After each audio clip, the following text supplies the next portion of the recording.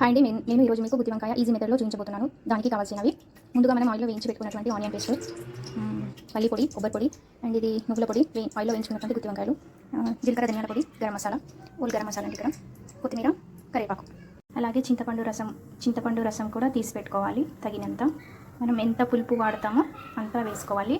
కొందరు ఎక్కువ వేసుకుంటారు, కొందరికి పులుపు నచ్చదు, కొందరు తక్కువ వేసుకుంటారు. ఇలాగా ఇవి కొద్దిగా వేగిన తర్వాత ఇలాగా కొత్తిమీర, కరివేపాకు వేసుకొని కలిపేసుకోవాలి. కొత్తిమీర కూడా కొద్దిగా పచ్చివాసన పోయేంత వరకు ఉంచుకోవాలి కలిపేసి.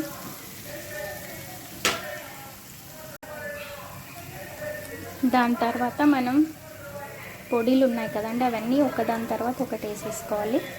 కొబ్బరి పొడి, ఫస్ట్ పల్లి పొడి వేసాను, కొబ్బరి పొడి, తర్వాత నువ్వుల పొడి, గరం మసాలా, ధనియాల జీలకర్ర పొడి వేసిన తర్వాత కారం పొడి వేసేసి కలిపేసుకోవాలి.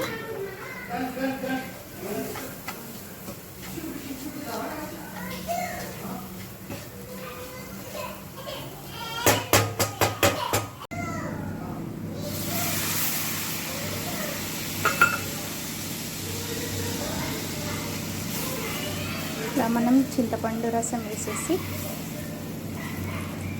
బాగా కలిపేసుకొని, నేను సాల్ట్ వేయలేదండి, సాల్ట్ నేను ఆనియన్ పేస్ట్లో వేసాను.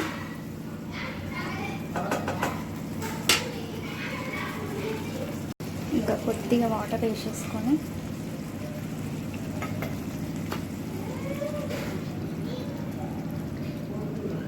ఈ మసాలా అనేది చాలా బాగా వాటర్లో ఉడకాలండి. మంచి అది పచ్చివాసన పోయేంత వరకు అది ఉడకాలి.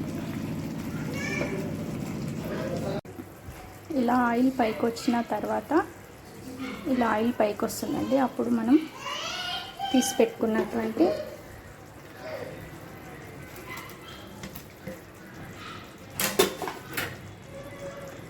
వంకాయలని ఇలా వేసి ఒక్కసారి ఇలా మెల్లిగా కలిపేసి